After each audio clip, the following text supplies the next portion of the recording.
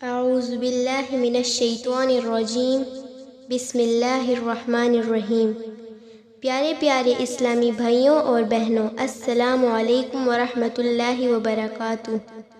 آج میں حضور اکرم صلی اللہ علیہ وسلم کی زندگی کا ایک دردناک واقعہ سنانا چاہتی ہوں۔ یہ واقعہ صحیح حدیث کی سب کتابوں میں موجود ہے۔ ایک روز نبی کریم صلی اللہ علیہ وسلم بیت اللہ شریف میں نماز پڑھ رہے تھے کہ بدبخت کافر عقبہ بن ابی معیط آیا اور آتے ہی اپنی چادر اتار کر رسول کریم صلی اللہ علیہ وسلم کے گلے مبارک میں ڈال دی اور چادر کو پینچ دینا شروع کر دیا، یہاں تک کہ آپ صلی اللہ علیہ وسلم کا دم گھٹنے لگا۔ اتنے میں ابو بکر صدیق رضی اللہ تعالی عنہ کو پتہ چلا۔ وہ تشریف لائے اور دھکے سے اس ملعون کافر کو ہٹایا۔ ہمارے پیارے آقا صلی اللہ علیہ وسلم نے دین کی خاطر بہت تکلیفیں برداشت کی۔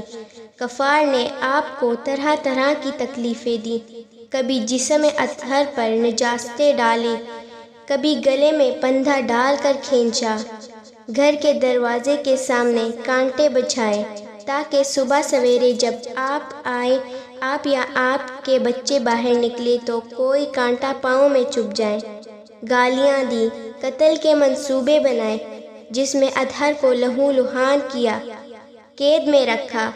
آپ صلی اللہ علیہ وسلم کے صحن میں پکے ہوئے کھانے پر علازتیں پھینکی۔ آپ صلی اللہ علیہ وآلہ وسلم کی شان میں اس قدر گستاخیاں کی کہ اللہ کی پناہ، کبھی پاگل کہہ کر پکارا اور کبھی جادوگر، نعوذ باللہ، کبھی مذمم کہا اور کبھی شاعر۔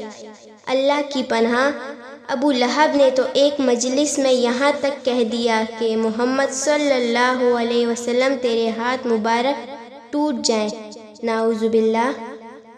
میرے پیارے اسلامی بھائیوں اور بہنوں، سرور کائنات حضرت محمد صلی اللہ علیہ وآلہ وسلم پر کس قدر سختیاں کی گئی، صرف اور صرف دین کی بنیاد پر۔ اللہ تعالیٰ کا لاکھ لاکھ درود و سلام ہو آپ صلی اللہ علیہ وآلہ وسلم پر اور ان کفار پر اللہ کی فرشتوں کی اور تمام انسانوں کی لعنت ہو جنہوں نے آپ صلی اللہ علیہ وآلہ وسلم کو پریشان کیا۔ آمین یا رب العالمین۔